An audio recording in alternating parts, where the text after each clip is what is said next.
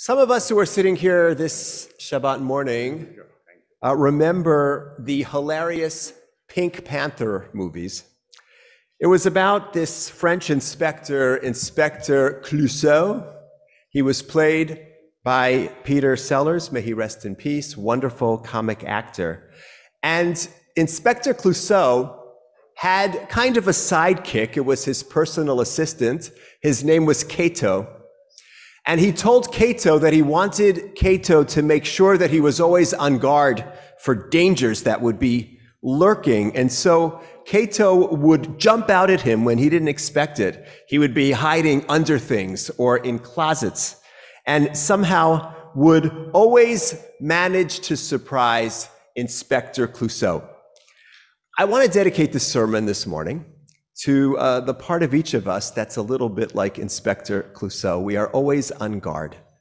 There's a part of each of us that is on guard against whatever dangers we feel there are that are in the world and that threaten us. So we know we are on guard against illness. We are on guard against financial misfortune. We're on guard against people that we think don't like us or that threaten us in some way. We're on guard against embarrassment. That's a big one. We protect ourselves from being embarrassed. And the thing is that we don't stop there. We also try to protect the people around us. We know that we try to make sure that the people that we love are also guarded. We want to make sure that they don't succumb to any dangers. There's really good precedent for this. It goes way, way, way back before the Pink Panther movies. We read about it this morning in the Torah. And the precedent is that our ancestors were on guard.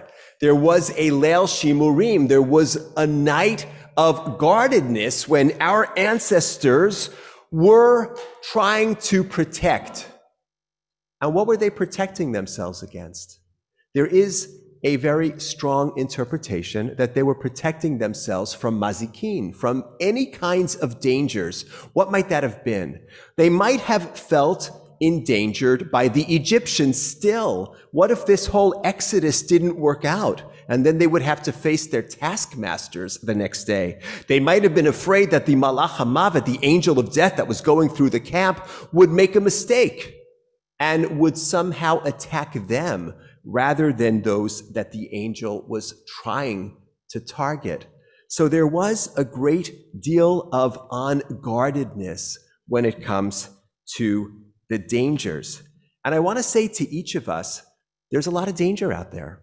There is reason to be on guard. There's human danger, natural danger, external, internal, visible, invisible. There is no shortage of danger. And it's understandable that at any phase in our lives, we are on guard against danger. We take precautions, and that is fine.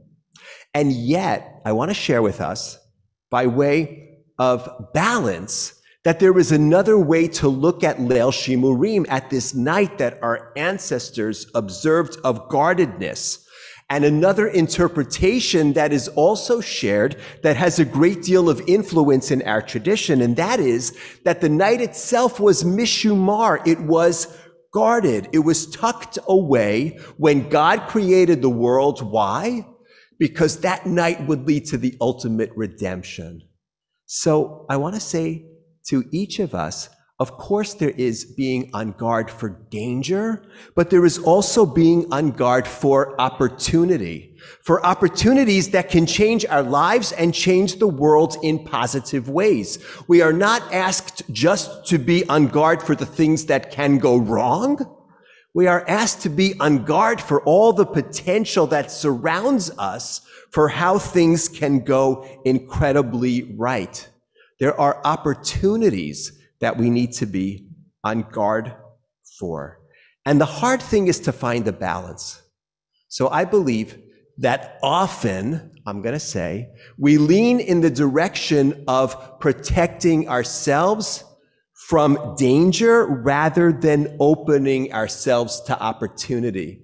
And I want to challenge us to see if we can try to find a balance so that on the one hand, we are not made vulnerable to very real dangers, but on the other hand, we're also not missing out on opportunities for us and our loved ones to improve our lives and to improve the world around us. So let's say, for example, that we meet a new person.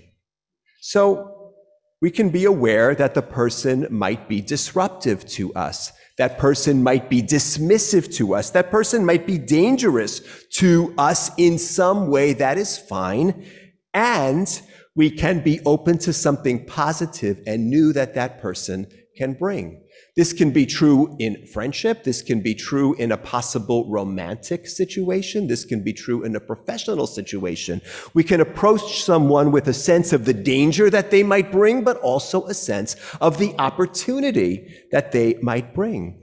Let's say that we're trying to figure out how to navigate our lives in our broader community, which is a diverse and complicated community. We can be mindful of the dangers posed by people who are different from us, who see the world differently than we do, and we can be open to the opportunities that such people can bring us to see things differently, to view our lives, our community, our world differently.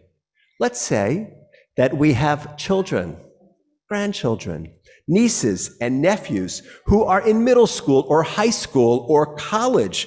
We can be aware of all of the pitfalls that they might face, and we can tell them to be on guard against all of those pitfalls. Be careful of this and be careful of that and be careful of this one and be careful of that one. And we can encourage them to be open to the adventure and the opportunity that they face at every phase of their lives. How we respond to each other, how we encourage our loved ones to respond to the world is a combination of being on guard for danger and on guard for opportunity. And the amazing thing about our tradition is encapsulated by the word "and." We can be careful and also open. We can guard against danger and be on guard for the amazing opportunities that face us. I just want to share that a few nights ago, Deanna and I saw a Broadway show, thanks to our son, Zach, who was able to get us tickets for Hanukkah.